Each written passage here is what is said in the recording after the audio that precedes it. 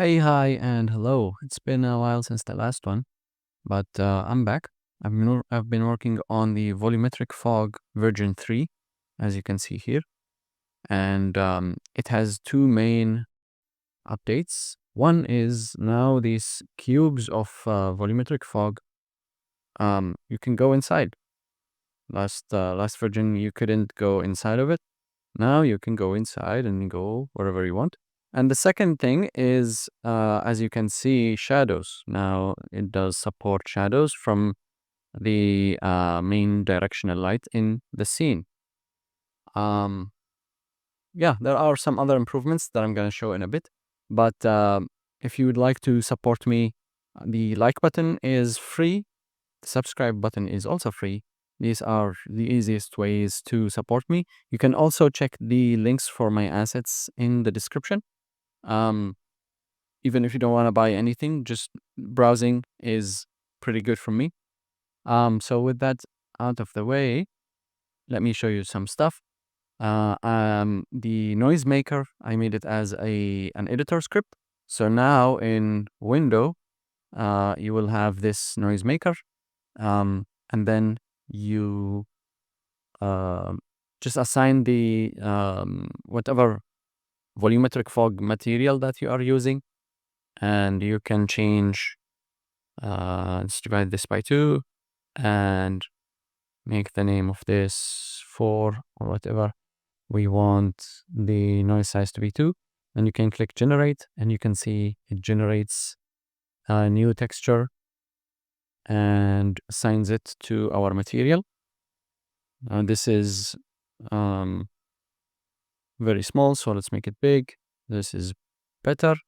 And once you are done with whatever changes you want from here, you can make sure the name is what you like and save the noise, and it will, well, it should, I'll fix it, but it should make a texture just like this, right?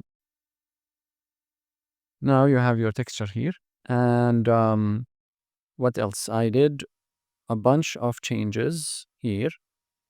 One of the main things that you can probably notice immediately is that all the variables do not need to be connected as inputs. This makes the graph looks much better, and I'll show the custom code in a bit.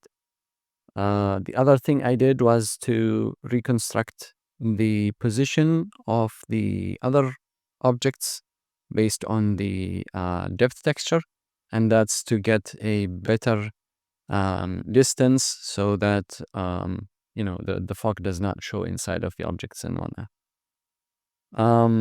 I did some other changes here, but nothing too big.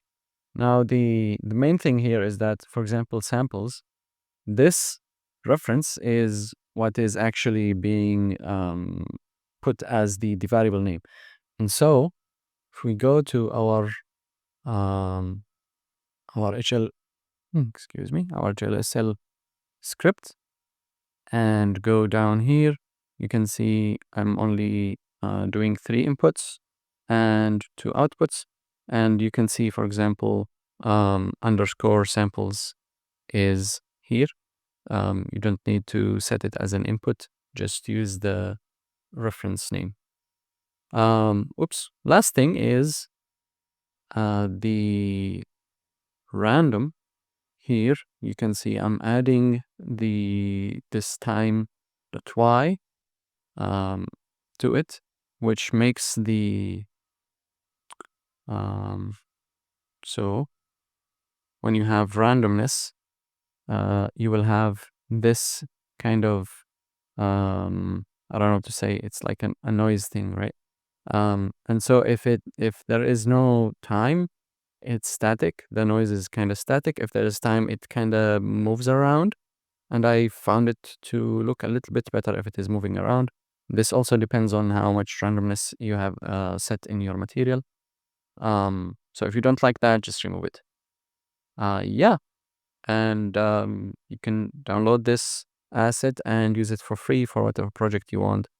And again, if you like what I'm doing, make sure to hit the like button, subscribe, and maybe check my assets.